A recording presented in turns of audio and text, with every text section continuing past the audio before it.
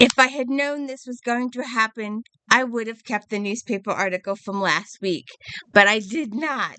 And in what is it called this week? Equal time.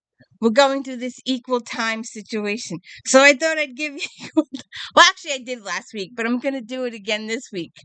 So hey, welcome to the D. Louise book series. I'm Christine K-R-S-T-I-N-A. This is where we read books, talk about books, no special effects, no theme music, none of that fancy stuff going on here. So anyways, last week we talked about undead and unwed. And undead and unwed. And undead and unwed was in the newspaper. And there was a big article. And when I saw the article, the first thing I thought of was Betsy and her shoes. And if you do the MaryJanice Davidson Undead series, this is the first one in the series. You got to do the audiobooks at least once to hear Betsy go, shoes, the Louboutins. So anyways, we did all that last week, the undead and unwed. So this week, what do I do with it? It's here. Okay. We were comparing, last week we were comparing MaryJanice Davidson to Sam Tashida, the undead and unwed. This week, we are comparing MaryJanice Davidson to DARYNDA Jones. So, I saw this article in the paper and figured I had to give equal time.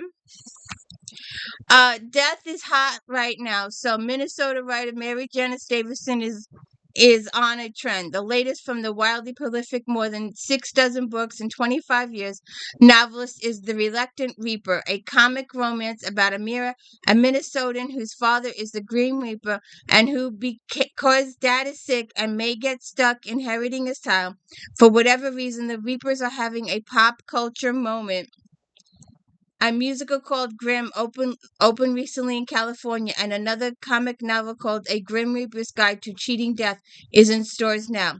Davidson could have taken Grimm's inspiration from the zeitgeist, but instead it came from courtesy of her daughter, C.M. Alongi.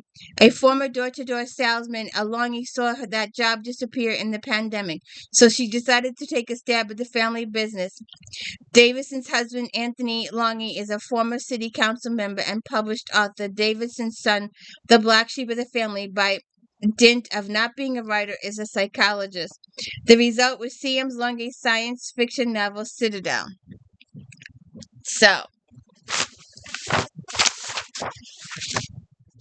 the caption is, a lot of 20-something look forward to inheriting the family business. Amora's, got zero interest in hers. The mantle she stands to assume is currently worn by her father, Death. Amira's childhood included helplessly watching as her best friend and favorite teacher were taken away. She knows Dad didn't do it on purpose. It was just their time. But Amira refuses to accept the job. It's bad enough that she can sense when the final moment will be for anybody she meets, including her best friend and only friend, Gray. He knows who she is, and he's cool with it. And though he's the funniest, kindest, most understanding guy she's ever met, she can't allow him to get any closer, however she might want to, because his moment is coming all too soon. But now her father is dying. Ominous potence she can't ignore pull Amira to Memphis, North Dakota, where death is comatose, something that shouldn't be possible.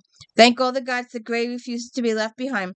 Amira's mother is a mess, and Gray gives her somebody to cook for a while the gods are gathering. So what's going to happen there?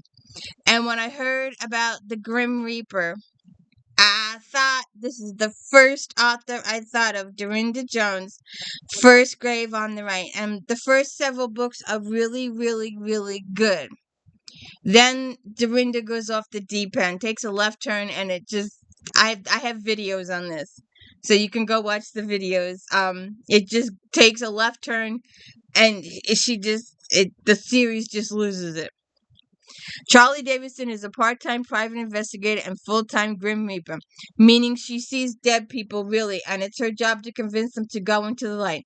But when these very dead people have died under less than ideal circumstances, like murder, sometimes they want Charlie to bring their bad guys to justice. Complicating matters are the intensely hot dreams she's been having about an entity who has been following her all her life, and it turns out he might not be dead after all.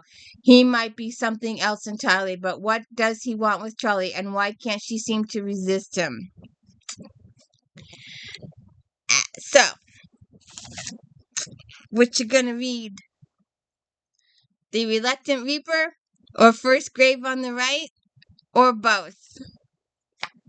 I gotta do this one more time. What do you think? Which one? Have a good one.